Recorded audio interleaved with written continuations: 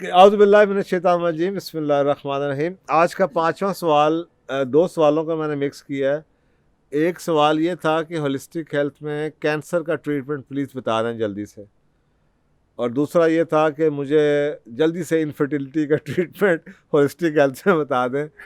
तो I wish कि मैं ऐसा कर सकता।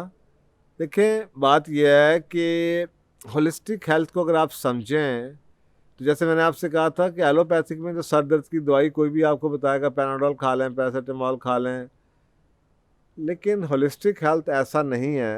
होलिस्टिक हेल्थ में कुछ प्रिंसिपल्स तो हैं, वो तो मैं आपको बता देता हूँ, लेकिन वन रेसिपी या वन साइज फिट्स ऑल नहीं होता। यानी कि एक ही बीमारी की हर एक शख्स के लिए एक ही ट्रीटमेंट नहीं भी होता, और मज़े की बात है कि हर बीमारी का एक ही ट्रीटमेंट है, लेकिन उसको ढूंढना पड़ता है। वहीं होलिस्टिक हेल्थ के अंदर हमारे कुछ प्रिंसिपल्स हैं, अगर आप वो ट्रीटमेंट समझ लें उन प्रिंसिपल्स को, तो हमें पता है कि वो जो प्रिंसिपल्स हैं वो मोटी मोटी 15-20 चीज़ें हैं, जिसमें तमाम की तमाम बीमारियों का इलाज उन्हीं 12-14 चीज़ों में है। लेकिन होलिस्टिक हेल्थ के प्रोफेशनल का काम क्या है कि वो आपके केस में आपके बात करके आपको रियलाइज़ करवाए, आपको एजुकेट करे, आपको अवेयरनेस दे, और उन चीज़ों के लिए या आपके लिए कोई एक कस्टमाइज्ड किस्म का प्रिस्क्रिप्शन बनाए जिस पे आप दोनों की ओनरशिप हो, और वो शख्स, क्योंकि हीलिंग है, उस वो शख्स भी वो करे, और वो उसी सूरत में है कि आपको उसकी विलिंगनेस क्रिएट करनी पड़ती है। तो इसलिए मैं उससे तो आपको बता दिया कि वो पॉसिबल नहीं होता। घंटों लगते हैं, एक एक केस के ऊपर कई कई सेशंस होते हैं, घंटों लगाए जाते हैं, कई कई महीने केस चलते हैं। महीने की बेसिस के ऊपर या फोर्टनाइटली बेसिस के ऊपर हमारे फॉलोअप सेशंस होते हैं, और एक से दूसरी सीढ़ी, दूसरी से तीसरी सीढ़ी, तीसरी से चौथी सीढ़ी पे हम क्लाइंट को लेके चढ़ाते हैं उसको। ये नहीं होता कि जनाब मैं आपके सामने, ये ऐसी बात ही है कि अगर मैं आपके सामने आप मुझे कहें जी आप हमें जल्दी से प्रिंसिपल्स बता दें, तो ये ऐसी बात ही होगी कि मैं आपके सामने टेबल के ऊपर 50 किस्म के खाने रख दूं और आपसे कहूं कि तुम्हारा सलूशन इधर ही कहीं मौजूद है। तो आप मुझे बताएं, आप उस कमरे में उन 50 खानों को लेके क्या करेंगे? पहले आप एक खाना उठाएंगे, फिर आप दूसरे, पता नहीं दूसरा भी उठा लेंगे, फिर आप कहेंगे शायद 50 के 50 गोलियां खा लेता हूँ, फिर आप वो खा नहीं सकेंगे, फिर आप कहेंगे नहीं अच्छा मैं इन दोनों की मिक्सिंग भी तो हो सकती है। तो आप सोचें 50 फूड के कितने कम्बिनेशन बन जाएंगे आपस में। तो प्रिंसिपल्स तो वही हैं जो 50 पड़े हुए हैं, इसी के अंदर ही जवाब मौजूद है।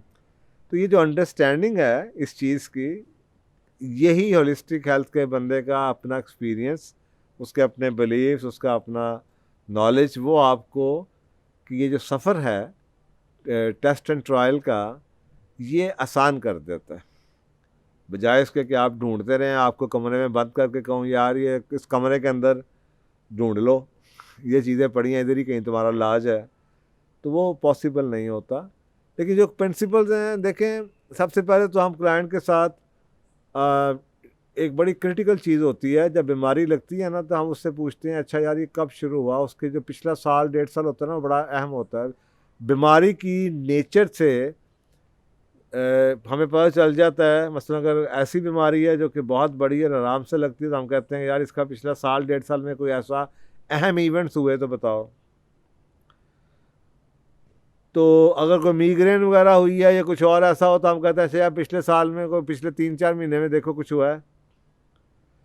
वहाँ से हमें लीड मिलनी शुरू हो जाती है। तो ये जो इवेंट्स होते हैं, टाइमिंग्स होती है, ये बहुत अहम होती है, क्योंकि इसका कोई ना कोई ट्रिगरिंग इफेक्ट होता है। ट्रिगर कहीं से आया होता है कि वो जो चीज़ है वो कहीं से निकली है और किसी वजह से ट्रिगर हुई है।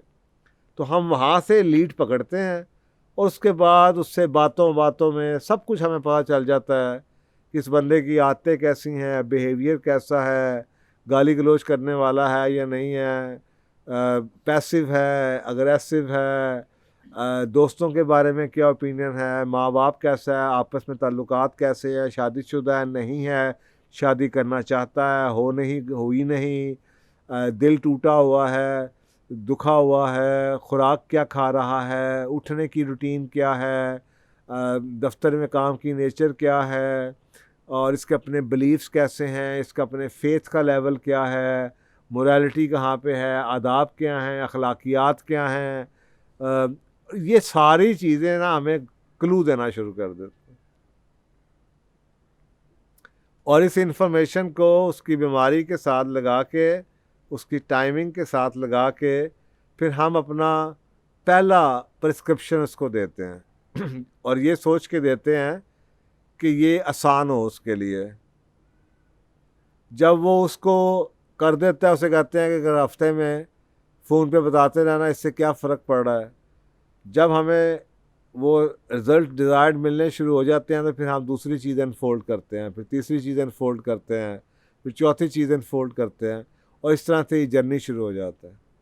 बाद से ऐसा होता है कि हमें लगता है कि यार ये तीसरा स्टेज है, तीसरा स्टेप है, चौथे पे ये जा नहीं सकता जब तक तीसरा स्टेप पूरा ना हो। तो वो क्लाइंट तीसरे स्टेप पे ही फंसा रहता है। मुझे एक फ़ैसला में नज़र आ रहा है, फ़र्ज़ करें एक शख्स है, क्योंकि जो बिहेवियरल साइंस भी यही कहती है और होलिस्टिक हेल्थ का भी ये बिलीव है कि हमारी काफ़ी चीज़ें हमारे इन्वायरमेंटल फैक्टर्स होते हैं। एनवायरमेंटल फैक्टर्स मसलन जिस्म है तो जिस्म का इन्वायरमेंट, पेट स्टमक भी है, हम खा क्या रहे हैं वो भी इसका इमीडिएट इन्वायरमेंट है, और एक्सटर्नल इन्वायरमेंट भी है कि जिस घर में हम रहते हैं हमारे इर्द गिर्द लोग कौन है। बस आप सोचें, आपको एक ऐसा माहौल में दे दूं जहाँ पे सुबह दोपहर शाम आप कोई अपने बारे में पॉजिटिव बात ना सुने और आपको सिनिकल स्टेटमेंट्स मिलती रहें, आपको क्रिटिसाइज़ किया जाता रहे, आपको नफ़रतें मिलती रहें, तो आपकी साइकोलॉजिकली आप बीमार होना शुरू हो जाएंगे, मेंटल कैफियत आपकी बिगड़नी शुरू हो जाएगी, स्ट्रेस लेवल आपका ऊपर जाना शुरू हो जाएगा।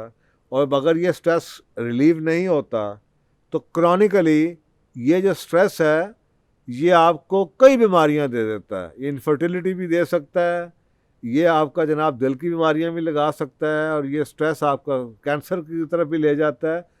तो ये जो स्ट्रेस है ये बहुत कुछ करता है, हम इसको छोटा सा समझते हैं। तो ये स्ट्रेस बिलीफ्स की वजह से भी आता है, और अगर हमें पता चले कि स्ट्रेस जो नॉर्मल है ये दुनिया में सब कुछ होता है, सबको होता है, लेकिन इस शख्स का स्ट्रेस मैनेजमेंट की या स्ट्रेस कोपिंग, इसको स्ट्रेस कोपिंग नहीं करनी आती, ऐसे प्रोटेक्टेड माहौल में रहा है जहाँ पे इसको कोपिंग स्किल्स नहीं है, फिर हम इसको कोपिंग स्किल्स सिखाते हैं। तो ये एक जर्नी होता है। और अगर फ़र्ज़ करें कि हमें लगे कि इसका माहौल ख़राब है या ऐसी जगह पे रह रहा है जहाँ पे इसको लोग इतना लेट डाउन करते हैं, इतना पुल डाउन करते हैं, इसको डिग्रेड करते हैं, तो फिर अक्सर औक़ात हम ये भी कहते हैं कि जी आप इस माहौल से बाहर निकल जाएं, आपको घर छोड़ना पड़ जाएगा या ये जगह छोड़नी पड़ जाएगी। अब अगर उसमें वो ये कहे ये मैं कर नहीं सकता, इसका मतलब वहाँ पे आप फंस गए। अब बाकी चीज़ें हमने सारी कर भी ली, अब एक पॉइंट पे फंसे हुए हैं, क्योंकि वो बहुत बड़ा फैक्टर है इस इन्वायरमेंट, इस केस में। तो ये कई चीज़ों का, अब यानी कि हर बंदा ये कहे कि जी मैं अच्छे लोगों में बैठ जाऊं और बाकी चीज़ें ठीक ना करे तो फिर भी शायद कुछ चीज़ों में असर आ जाए पॉजिटिव, कुछ में ना आए। तो ये एक बड़ी यूनिक किस्म का ये जो होलिस्टिक हेल्थ है, एक इंटरेस्टिंग किस्म की रेसिपी बनाना। मैं आपको आलू टमाटर प्याज धनिया नमक मिर्च हल्दी सब कुछ मसाले दे के बाहर निकल जाऊं तो आप उसको क्या करेंगे? वो जो तजर्बा है उस कुक का, उसको पता है कि ये पुलाव कैसे बनना है। और अगर आपने कभी पुलाव बनाया नहीं और मैं आपको सारी चीज़ें वही रख के किचन में बाहर निकल जाओ, अब आप मुझे बताएं आप पुलाव कैसा बनाएंगे?